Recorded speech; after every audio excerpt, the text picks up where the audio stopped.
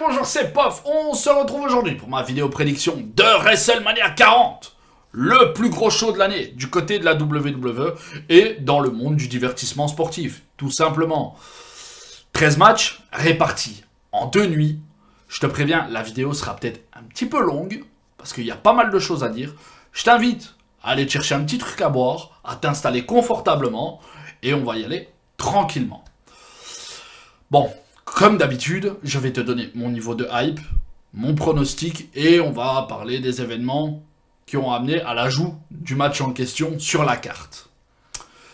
J'ai également posté une vidéo prédiction sur NXT Stand and Deliver. Si tu ne l'as pas vue, je t'invite à aller y jeter un œil, tout simplement. L'auto-promo, c'est toujours cool. Et j'espère que tu passeras un bon moment devant cette vidéo. Si c'est le cas, n'oublie pas le petit pouce bleu pour la force, l'algorithme YouTube et tout.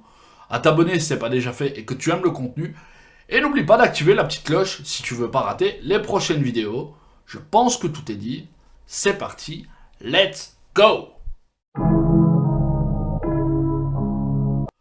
On commence avec le 6-Woman Tag Team Match. Le Damage Control contre l'équipe du Star Power.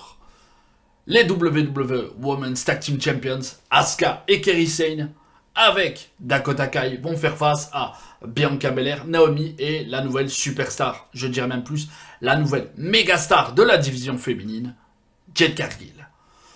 À mes yeux, ce match n'a qu'un seul et unique but. Jauger et mettre en avant Jade Cargill. Je vais dissocier mes propos directement, histoire de bien me faire comprendre.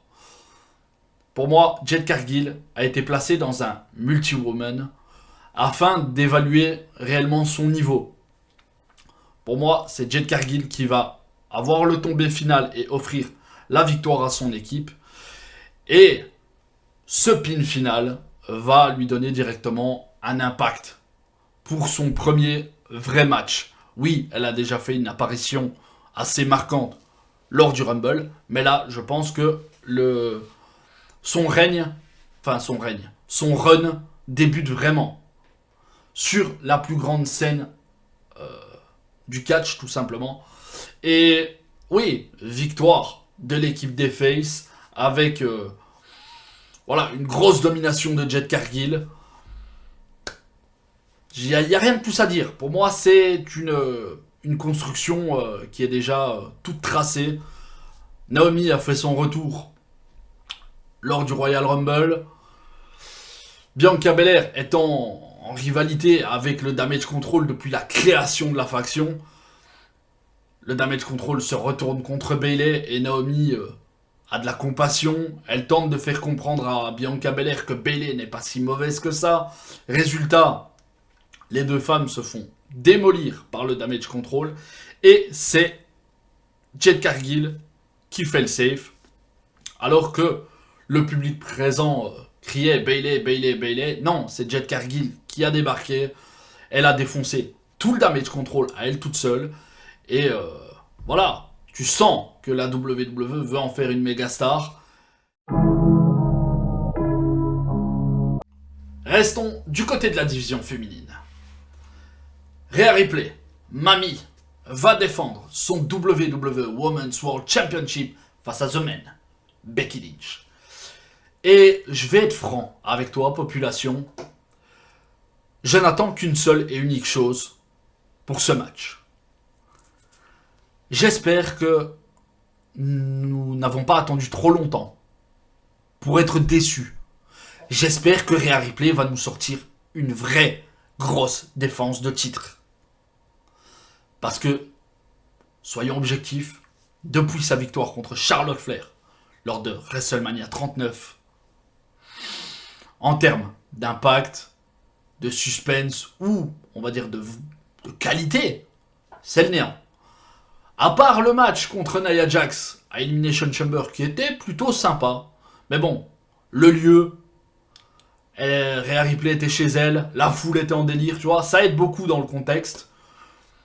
Mais c'était pas à la hauteur d'un match comme celui contre Charlotte, par exemple. De l'autre côté, tu as Becky Lynch. Becky Lynch qui est construite très forte depuis une bonne année. Elle remporte une rivalité interminable contre Trish Stratus. Elle devient NXT Women's Champions et met en avant de jeunes talents comme Tiffany Stratton ou l'actuelle championne Lyra Valkyria, sans oublier les Open Challenge contre des nanas qui ne sont pas vraiment mis en lumière. Voilà, l'affiche est protégée, mais vraiment depuis très longtemps. Et j'espère que la WWE ne va pas se foutre de notre gueule. Mon niveau de hype, 5 sur 10. Pourquoi 5 ? Parce que j'ai peur de trop m'emballer. Voilà. Je suis déçu depuis le début des défenses de titre de Rhea Ripley. Donc, j'espère un grand match, mais je ne suis pas sûr d'en avoir un. Donc, je reste mitigé. Je pronostique une victoire de Rhea Ripley. Parce que oui, son règne est, à mes yeux, décevant, malgré tout ce qu'elle dégage. Mais elle peut très bien enchaîner avec 6 mois, bien sympa, tu vois, jusque SummerSlam ou un truc comme ça. Quelque chose de sympa, quelque chose avec de bons matchs. Regarde, on va prendre un exemple. Roman Reigns, champion depuis 3700 et quelques jours. Ça a été sympa tout un moment. La dernière année, ça sent très très fort le caca. Donc Rhea Ripley, elle peut sortir une première année mitigée qui sent la diarrhée et nous taper 6 mois du tonnerre de Dieu. Tu vois, moi c'est tout ce que j'espère. D'un point de vue personnel, je préférerais voir Becky Lynch prendre le titre, mais d'un côté, j'aimerais voir Rhea Ripley en tant que championne convaincante. Pas seulement en termes d'aura, mais en termes de, tu vois, tout ce qui se passe dans le ring. C'est tout ce que j'ai à dire. La rivalité est différente. Tu vois, ça change un petit peu. Il y a de l'animosité entre les deux femmes et c'est ce qui manque cruellement au règne de Rhea Ripley. Becky Lynch et Rhea Ripley, tu vois, tu sens une tension. Rhea Ripley parle de la fille de Becky Lynch. Becky Lynch en larmes parle de son père qui est décédé. Elle met une droite dans la gueule de Dom Dom.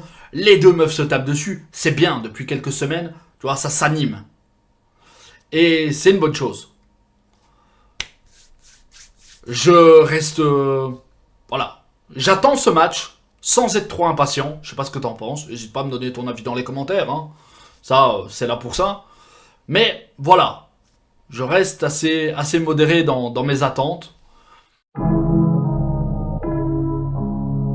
La légende de la lucha libre, Rey Mysterio, va faire équipe avec Dragon Lee pour affronter Santos Escobar et Dirty Dominic Mysterio. Rey Mysterio a eu la brillante idée de reformer une nouvelle version de la LWO. Avec Zelina Vega, les membres de Legado del Fantasma, durant une petite période Bad Bunny, et plus tard Carlito.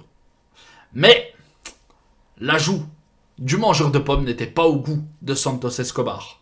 Santos Escobar se retourne contre Carlito, blesse Rey Mysterio et part de son côté pour reformer Legado del Fantasma avec Humberto Carrillo et Angel Garza qui s'appelle Berto et Angelo, je sais plus quoi.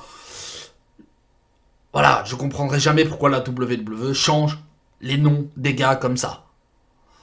À un moment, ils perdent leur nom de famille, ensuite ils le récupèrent, ensuite ils prennent un blase de merde. Je comprendrai jamais. Mais c'est qu'un détail. Bon. Rey Mysterio, après plusieurs mois de convalescence, revient, veut régler ses comptes avec Santos Escobar. Ils s'affrontent et là, le petit Dom-Dom débarque. Comme ça. Visiblement, il a toujours pas accepté le fait de s'être fait taper le cul lors de WrestleMania 39. Et après, voilà, ça amène à ce match. Rey Mysterio est sur le ring. Face à eux, d'un côté, la LWO, de l'autre côté, Legado del Fantasma et Dom Dom. Et il leur dit, Santos, Dominic, la LWO va vous donner une bonne leçon dans un tag team match. Et mon partenaire sera Dragon Lee. Dragon Lee, personne ne savait qu'il faisait partie de la LWO. Oui, il a déjà aidé Rey Mysterio dans le passé, mais c'était pas officiel. Et là, derrière, tu as vu le visage plein de seum de Carlito, qui s'attendait à être le partenaire de son amigos, Rey Mysterio. Et je pense que Carlito aura une influence sur le résultat du match. Parce que oui, parlons du résultat. Pour moi, Santos Escobar et Dominic Mysterio vont remporter le match. Avec un pin de Dominic sur son père. Parce que Rey Mysterio sera tout seul. Parce que Carlito va venir déboîter Dragon Lee durant le match. Je le vois comme ça. Pour moi, ça c'est un avis personnel. Je pense qu'on se dirige vers une trilogie entre Rey Mysterio et son fils à WrestleMania.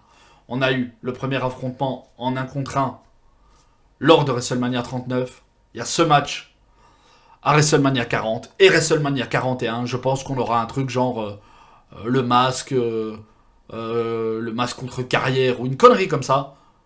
Mais pour moi, Rey Mysterio bouclera la boucle contre son fils. Rey Mysterio est revenu pour aider son fils à entrer dans le milieu. Et c'est comme ça que ça se finira, je le pense.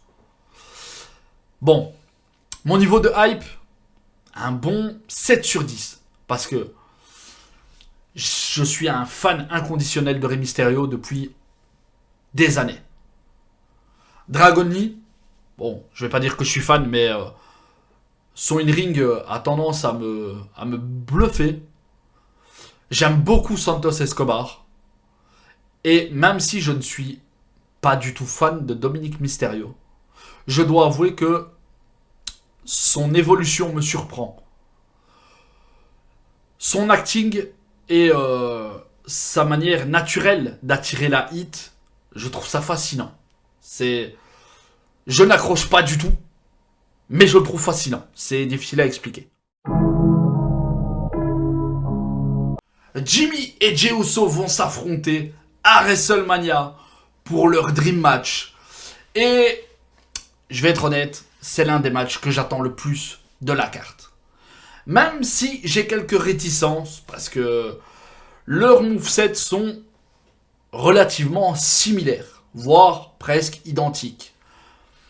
Alors j'espère quand même qu'ils vont nous concocter quelques surprises.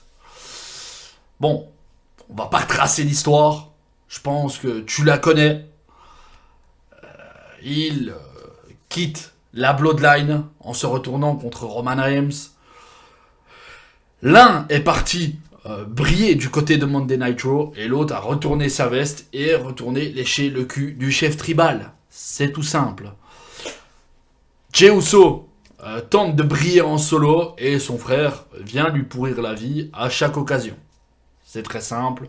Là, on va régler les comptes à WrestleMania. J'espère que ça va être bien parce que voilà, c'est un match qu'on attend, c'est un match qu'ils attendent surtout. Je pense que pour eux, ce sera le plus beau moment de leur carrière. Et j'aimerais voir Jimmy Uso remporter le match. Pourquoi ? Parce que, tout simplement, Jey Uso a brillé pendant des mois, alors que Jimmy Uso, voilà, c'est resté un pantin dans l'ombre de Roman Reigns. Et il n'a pas servi à grand chose. Il n'y a rien eu d'impactant à part les fois où il est venu faire chier son frère. Mais, on va suivre la logique. Je pronostique une victoire de Jey Uso. Mon niveau de hype, 8 sur 10. C'est vraiment un match que j'attends énormément. Voilà, j'espère que la WWE va bien travailler. Avec des plans de caméra très serrés sur leur visage afin de bien voir les expressions, de ressentir l'émotion. C'est vraiment quelque chose que j'attends particulièrement pour ce match. Le ring général Gunther va défendre son titre intercontinental face à l'underdog, Sami Zayn. L'histoire est très simple. Gunther, champion intercontinental au règne historique, ne prend pas au sérieux son challenger. Sami Zayn a remporté un Gauntlet match ou un Six-Pack Challenge, je ne sais plus, mais il est challenger. Je vais pas te mentir, je sais que dans le ring ça va être cool, mais je suis pas emballé. Mon niveau de hype, 5 sur 10. Juste parce que je sais que le in-ring va être bien, tu vois. C'est Gunther, il est violent, il pète des gueules. De l'autre côté, c'est Sami Zayn, il est technique, il peut te sortir des manœuvres de fou. Mais pourquoi Chad Gable n'a pas été ajouté à ce match? Vu l'importance du gaillard dans la storyline, ça aurait été logique. Chad Gable est clairement sorti de son personnage de mec comique dans la Alpha Academy. C'est devenu limite un coach, un motivateur pour Sami Zayn. Il le pousse à dépasser ses limites. Et il se fait péter la gueule lors du dernier Monday Night Raw.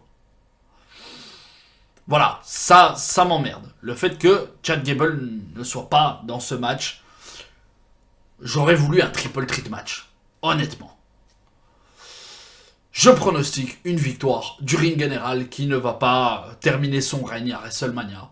Je ne pense pas que Sami Zayn soit suffisamment bien construit pour mettre un terme à ce règne historique.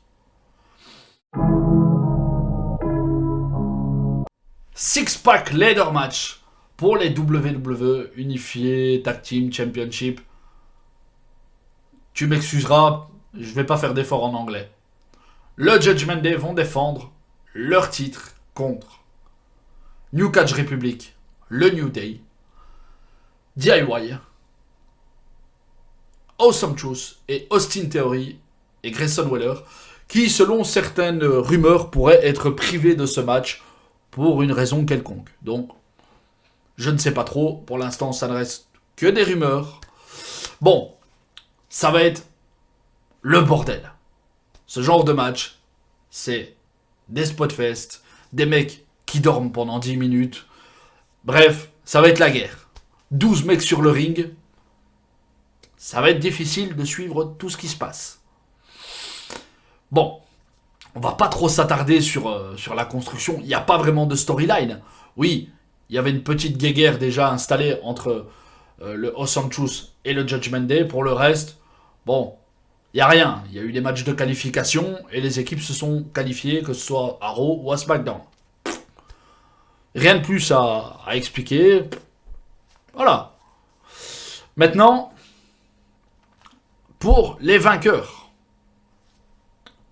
je vois le Miz et R-Truth décrocher les ceintures.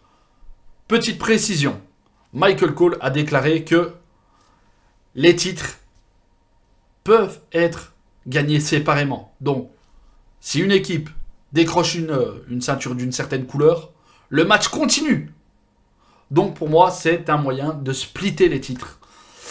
Oui, j'attendais ce moment depuis très longtemps.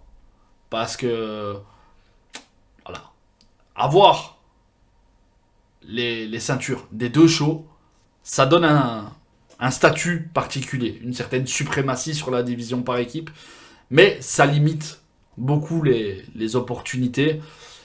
Et voilà, t'as une équipe qui est en rivalité contre les champions, et le reste, ça n'a pas de programme. Donc, dans un sens, je préfère que les titres soient séparés d'un point de vue personnel. Bon, je disais, R-Truth et le Miz pourraient remporter les titres, que ce soit de Raw ou SmackDown, afin de continuer leur rivalité avec le Judgment Day. De l'autre côté, j'aimerais une équipe talentueuse. Quelque chose qui apporte, tu vois, dans le ring, tu vois, une équipe confirmée, une équipe solide. Une équipe que j'aime particulièrement.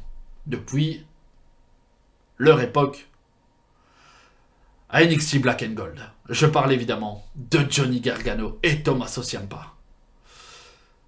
Si DIY remporte les titres, je vais être comme un dingue. Mon niveau de hype, 8 sur 10. Parce que j'aime beaucoup les ladder matchs. Je sais, certaines personnes n'aiment pas. Dû au fait que les mecs dorment, tu vois, pendant 10 minutes après une claque ou un coup d'orteil.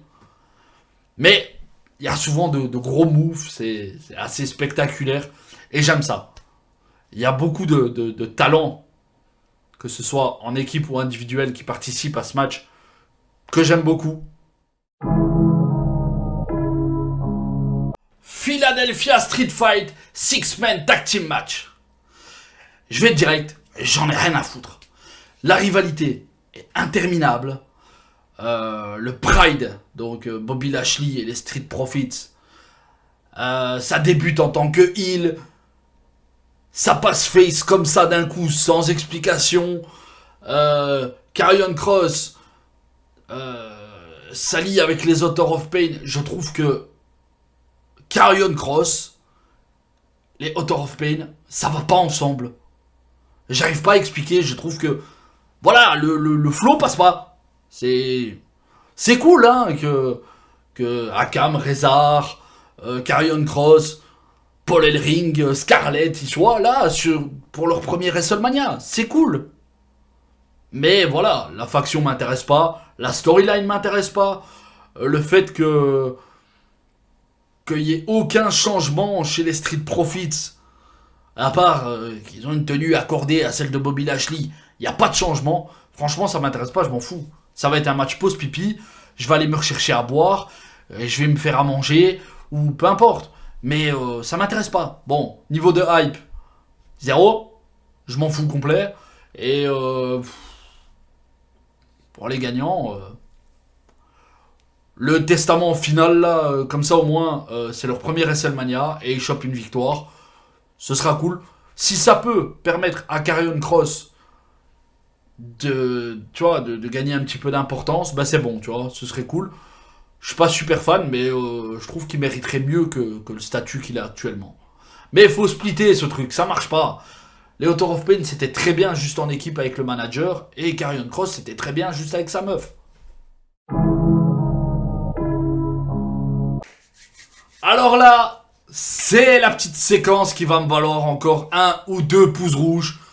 Parce que oui, je suis persuadé qu'il y a 1 ou 2 bandeurs de LA Knight qui matent mes vidéos. Parce qu'à chaque fois que je parle de LA Knight, je me prends 1 ou 2 dislikes. J'accepte, c'est le game. Mais bon, t'as tes préférences, j'ai les miennes. Relax. Bon.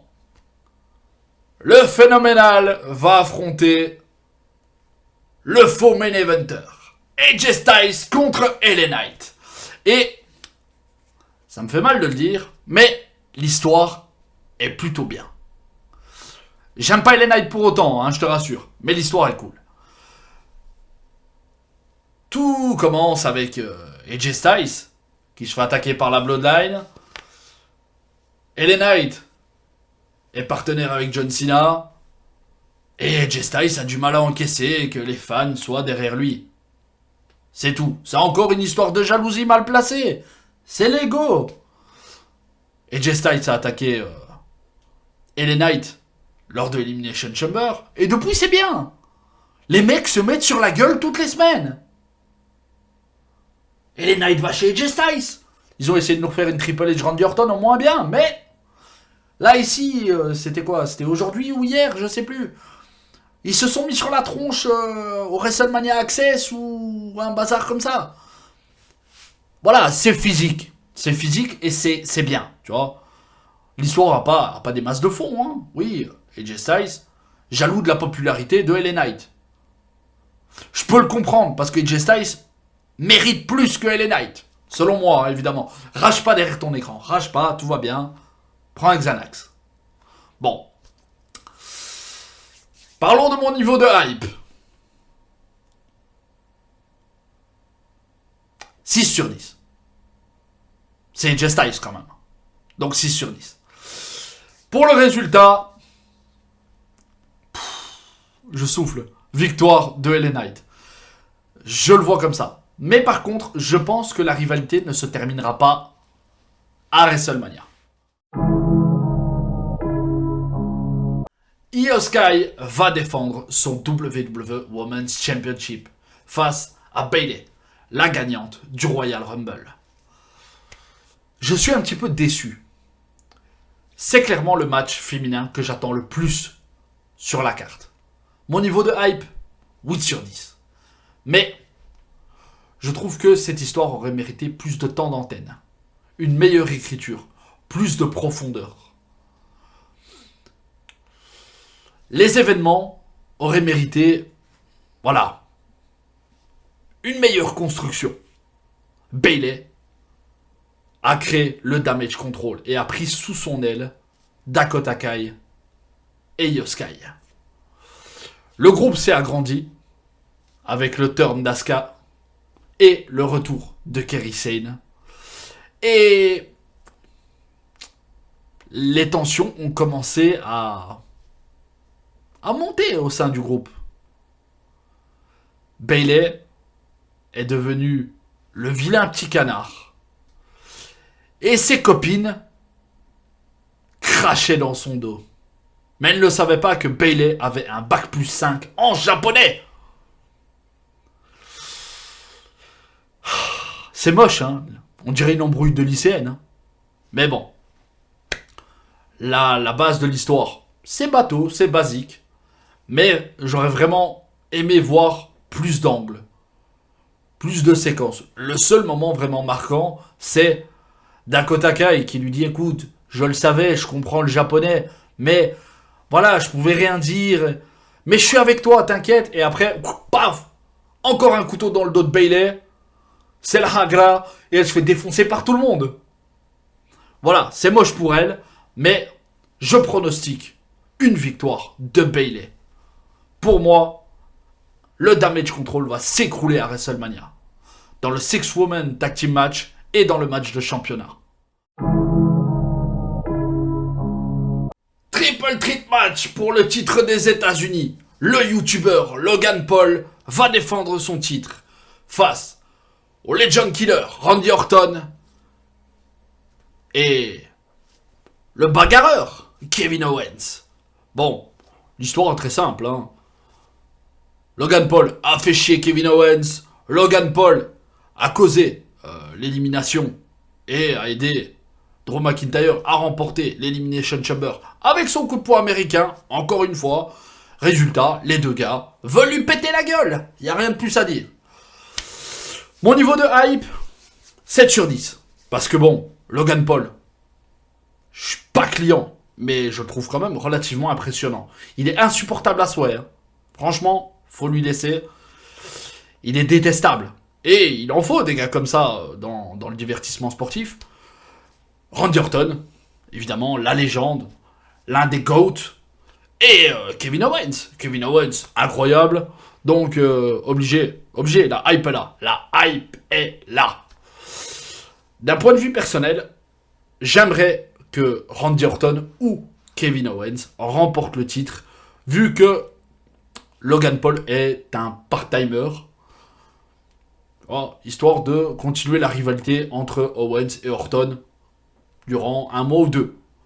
Mais je pronostique une victoire de Logan Paul qui va se faire huer. Ça va être la bronca. Et j'espère juste que le match sera bien. Là, on arrive vers la fin. On va parler des gros matchs. Seth Rollins va défendre son WWE World Heavyweight Championship face à Drew McIntyre, le vainqueur de l'Elimination Chamber. Je vais y aller tout de suite avec mon pronostic victoire de l'Écossais. C'est tout simple. Seth Rollins a déjà un match dans le main event de la nuit 1. On en parle juste après. Et deuxièmement, Drew McIntyre est la superstar la mieux construite de toute cette route vers WrestleMania. Je veux rien savoir. Le gars est 100 fois plus pertinent que le champion. Le champion qui préfère s'occuper des enroules de son grand frère du Shield plutôt que de se concentrer sur la menace qui tourne autour de son titre. Mais bordel de merde, c'est quoi cette attitude à la con? Cody Rhodes, le mec que t'arrives pas à blairer, s'embrouille avec ton ancien pote, et toi tu fais quoi? Je vais venir t'aider, mec. Mon titre, on s'en fout. Il y a un Écossais de 2 mètres, de 120 kilos, qui veut me casser la gueule, c'est pas grave, hein, je vais m'en occuper. Le chef tribal et la superstar d'Hollywood, on va leur péter la gueule à deux. Mais non, mais qu'est-ce que tu racontes, bouffon? Non. Non. C'est une attitude de champion de merde. Déjà, Cody Rhodes remporte le Royal Rumble. Le gars vient le supplier. Tu veux pas affronter Roman Reigns? Viens, viens. Moi, je t'ai pas encore battu. Tu m'as déjà pété 3 fois. Viens, on va s'affronter, machin. C'est quoi cette attitude de merde? À quel moment le champion du monde fait de la mendicité? Franchement, j'adore Seth Rollins. Franchement, le gars est un... Voilà. Il se rapproche de la perfection, pour moi, en termes de superstar. Le charisme, le in-ring, l'acting, tout. Mais son écriture, pour cette route vers WrestleMania, c'est de la merde. Le gars est le second de Cody Rhodes. Et son titre ne sert à rien dans l'histoire. Parce que Drew McIntyre, il se construit, il fait son momentum quasiment tout seul. Ça fait à peine 1 ou 2 semaines que Cody Rhodes le cala. C'est pas normal. Alors oui, Seth Rollins a déjà conservé son titre contre Drew McIntyre à 2 reprises, on est d'accord. Mais à côté de ça, voilà, tu vas t'occuper d'une histoire qui se passe à SmackDown. Occupe-toi de ton show, occupe-toi de ton titre, occupe-toi de ton challenger. Mêle-toi de ton cul. C'est très simple. Non. Mon niveau de hype, 7 sur 10. Parce que j'ai espoir de voir Drew McIntyre remporter ce titre. Ce mec le mérite. Ce gars a porté la WWE durant tout l'ère Covid. Quand la WWE a pu retourner dans un stade lors de WrestleMania, il a perdu contre Bobby Lashley. Et se fait acclamer par le public, il le mérite. Il a perdu lors de Clash at the Castle, pas loin de chez lui. Il le mérite. Et là, il a vraiment une construction qui, si la WWE ne lui offre pas cette victoire, ce serait un énorme gâchis. On n'oublie pas le facteur CM Punk qui sera présent à la table des commentateurs. Évidemment, ma grande tristesse en tant que fan du Kid de Chicago après sa blessure. Parce que bon, moi j'attendais comme un fou le Rollins contre Punk. Tu vois, c'était déjà écrit, c'était une évidence. Et j'attendais ce match comme un dingue. Là par contre, ça aurait été ma hype à 10 sur 10. 11 sur 10, 12, 13, 14, 15, tu vois. Mais, vu la tournure des événements et la montée en puissance de l'Écossais, bah dans un sens, voilà, le manque de Punk sur la carte, ça me dérange pas trop, au final. Le boss final et le chef tribal vont faire face au cauchemar américain et à Seth freaking Rollins. Je m'attends pas à un bon match, honnêtement. Je suis hypé. Franchement, je dirais un bon 8 sur 10. Je suis hypé. Mais je m'attends pas à quelque chose de fou. On connaît Roman Reigns, c'est très lent, c'est beaucoup dans l'acting. Dwayne Johnson, le mec a pas frôlé un ring. Il a plus remis son slibard de catch depuis le Une fois dans une vie volume 2 contre John Cena. Petit aparté, j'ai détesté le premier, j'ai détesté le deuxième, j'ai détesté tous les angles où Dwayne Johnson parlait pendant 2 heures pour rien dire. Bref, c'est pas mon truc. Petite aparté rapide. Il y a plusieurs semaines, j'ai sorti une vidéo au sujet du potentiel match The Rock contre Roman Reigns pour le titre universel.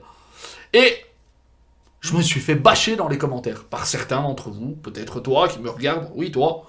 Et au final, je suis très content que ce match n'ait pas lieu cette année. Parce que je le disais, ce match doit avoir lieu, mais pas autour du titre. Et quand j'ai vu le Rock arriver, se confronter face à son cousin, je me suis dit, ah, fait chier, ils vont nous faire ça. Mais voilà, la WWE semble avoir écouté les fans et Dwayne Johnson est devenu incroyable. Ce turn, cette allégeance à la Bloodline, c'est mieux que ce que j'aurais pu imaginer. Le gars est incroyable. Je n'ai jamais été un gros fan de Dwayne Johnson. Mais il faut avouer que là, monsieur a fait très fort. L'acting, les promos, ce pétage de gueule à la fin du dernier Monday Night Raw, c'était incroyable. Cody Rhodes qui se fait déboîter dans le parking et il lui dit avec la ceinture, j'ai mis ton sang, je vais mettre les larmes de ta daronne, machin. C'est trop bien. La tête de ma mère, c'est trop bien. Bon, revenons au match. Victoire des Samoa. Avec une grosse domination. Je pense que Seth Rollins va se prendre le pin. Seth Rollins va être affaibli comme jamais pour son match contre Drew McIntyre. Mais Cody Rhodes va s'en prendre plein la tronche. Là, par contre, j'en suis sûr. Ce serait pas cohérent que Cody Rhodes s'en sorte bien. The Rock l'a déboîté en 1 contre 1 sur un parking. Le mec était plein de sang. Et là, il s'en sortirait normal. Non, non, non, non, non. Dwayne Johnson va dominer le match. Il va dominer comme il peut. Ça va pas être bien. Hein. Attention, le gars n'a pas catché depuis quasiment une décennie.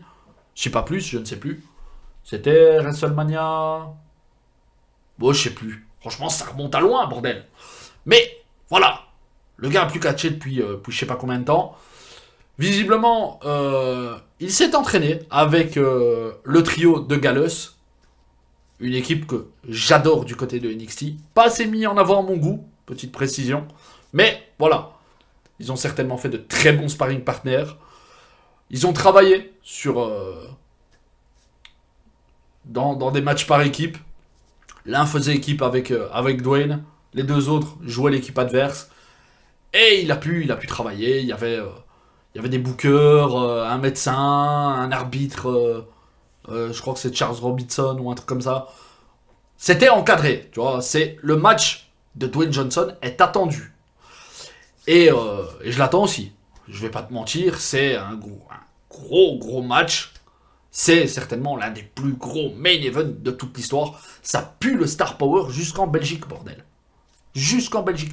Jusque Mons, tu vois, où j'habite. Je le sens. Ce que le Rock cuisine. C'est l'heure du main event. Le clou du spectacle. Le match que toute la planète attend. Le chef tribal, Roman Reigns, va défendre son Undisputed WWE Universal Championship contre le cauchemar américain, Cody Rhodes. Mon niveau de hype, 10 sur 10. Mais, parce qu'il y a un mais, si Cody Rhodes ne quitte pas WrestleMania en tant que champion, faut arrêter avec les « Je fais ça pour mon père, je veux écrire la fin de mon histoire ». Tu bats pas Roman Reigns, ferme-la, passe à autre chose, arrête de perdre ton temps et arrête de nous faire perdre le nôtre. J'ai lâché ma petite dose de sel, on continue. Bloodline Rules Match. Comme je l'ai pronostiqué, selon moi, The Rock et Roman Reigns vont remporter le main event de la nuit 1. Donc, on peut s'attendre à tout et n'importe quoi. The Rock en tant qu'arbitre spécial. Solo Sikoa qui chante du Taylor Swift avec un ukulélé. Jimmy Uso. Rikishi qui vient écraser la face de Cody Rhodes avec son gros cul. Avaren qui débarque avec la moitié du roster de NXT pour latter les couilles de Cody Rhodes. Bref, ça peut être complètement dingue. Mais je pronostique une victoire de Cody Rhodes. Triple H l'a annoncé, une nouvelle ère commence à la WWE.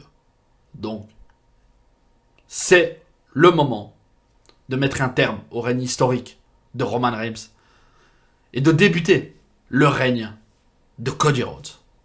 Cody Rhodes est le top babyface de la compagnie. Et il est temps qu'il passe au step supérieur. Il est temps qu'il devienne le champion majeur de la WWE. Maintenant, je me pose beaucoup de questions.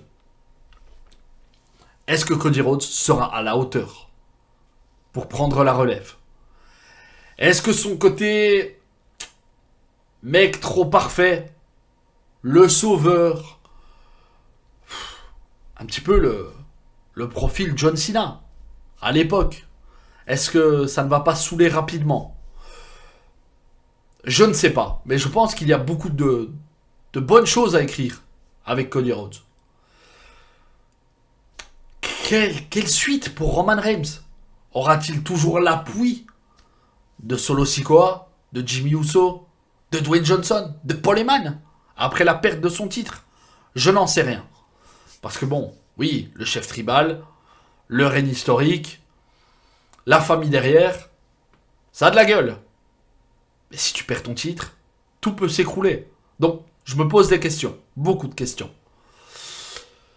Une chose est sûre. Je pense que il va se passer quelque chose entre Dwayne Johnson et Roman Reigns, que ce soit pendant ou après le match. Personnellement, j'imagine un scénario similaire à celui que John Cena a eu avec Roman Reigns, avec Dwayne Johnson, pardon. Raw after WrestleMania, les deux se confrontent dans le ring et le main event est annoncé pour le WrestleMania de l'année d'après. Tout simplement. La grosse affiche, Roman Reigns contre le Rock, main event de WrestleMania 41.